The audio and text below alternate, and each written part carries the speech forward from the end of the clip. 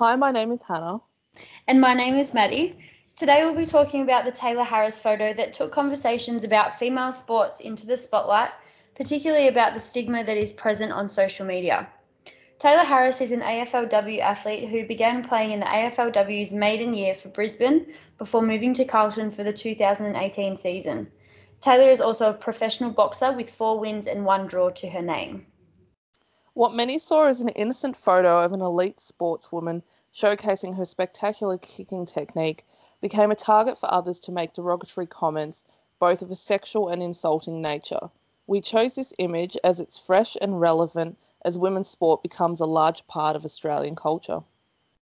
When AFLW first began, there was a naturally clear gap in the skill and ability between the men and women's competition. Football at a junior level is more popular with boys, and for those who developed a real talent for the sport, there were more obvious and available pathways to elite levels of competition and training that just wasn't there for girls to participate in. Since the introduction of the AFLW League, women's football has improved in leaps and bounds, and I think this photo signifies the closing of that gap between AFL and AFLW.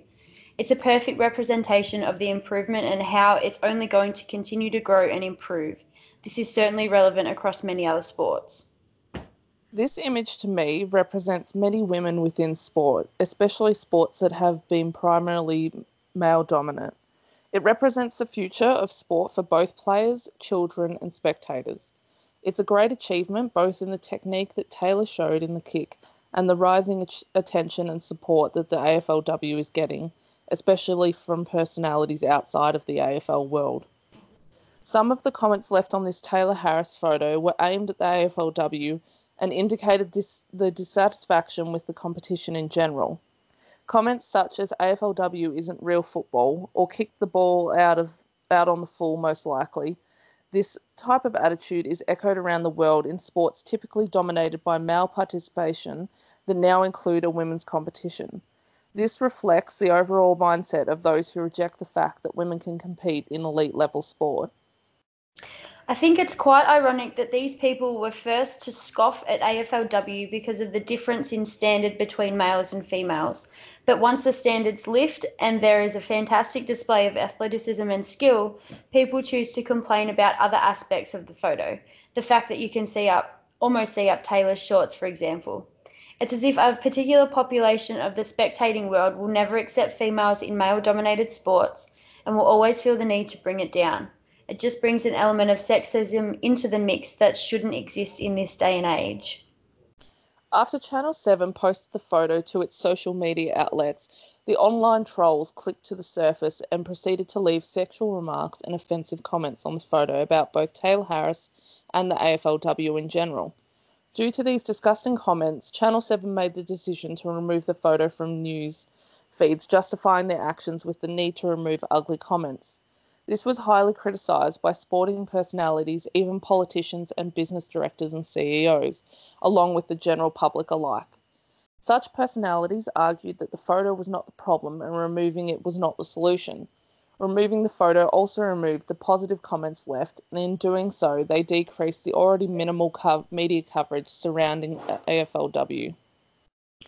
The positive responses to this photo sparks feelings of pride for the fact that females are being recognised for their great athleticism and strength by a wider audience, that it's not just males that are more often glorified for the exact same actions.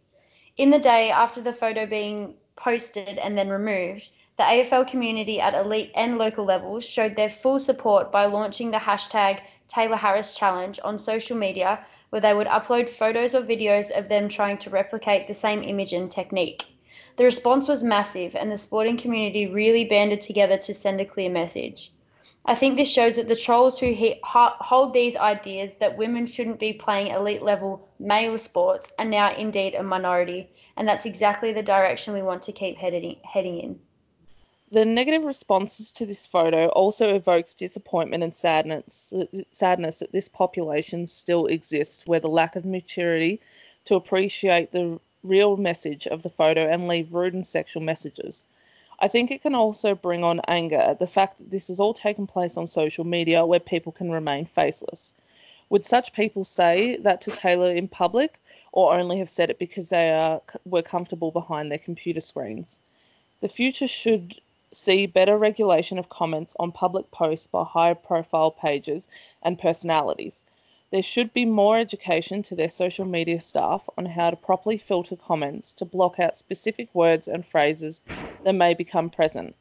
On top of this, perhaps social media platforms and media outlets should actively advertise, promote, and enforce a zero tolerance policy with their users and further enforce a disciplinary action against those who choose to ignore it.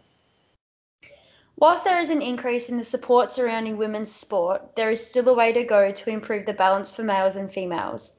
Discussions around wage, media coverage, competition venues, and sponsorship have been present since it all began. Women's league soccer matches have been played on poorly lit pitches that have been in suburban areas with little access to public transport for fans. On top of that, there was little to no media coverage given to the female soccer players, focusing mostly on the males who play at larger stadiums. It has been reported that Tim Cahill, at $3.5 million for the 2016-17 season, was paid more than all 181 professional female players. Women's cricket has seen a breakthrough recently after negotiations will lead to a 119% increase in salary for women representing Australia, while state women and WBBL leagues will also see a 148.1% and 65.5% increase in salary respectively. These salaries are still massively different compared to men's, with Australian men's cricket also getting an increase of 15.9% by the 2021 to 22 season. This trend continues through the state and BBL athlete wages, with women being over 50% less than the males. Lack of media coverage and discussions of women in sport also gives younger girls lower exposure to positive female sporting role models. CommBank issued research into women's sport, finding that 1 in 2 Australians are still unable to name a current female athlete, with 65% of male athletes being much more recognisable compared to 40% of females. CommBank found that when choosing a favourite athlete, 65% said this decision was made from seeing them on TV often. 70% of Australians believe that if women were more actively promoted on TV, more women would be encouraged to continue playing and more would take up the various sports.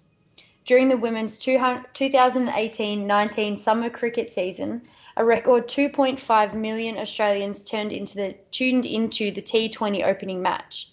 Other elite cricket matches in the past that have been televised have attracted an average 200,000 people nationwide. What we're seeing from everything discussed is an increase in interest in women's sport, but a lack of this being demonstrated by media coverage, wage, and location games are played at. We as a country need to work towards advocating for women in sport being more mainstream and with less discrimination against women in previously male-dominated sports. The Tayla Harris image demonstrates and has brought about discussions of diversity within Australia through women in sport.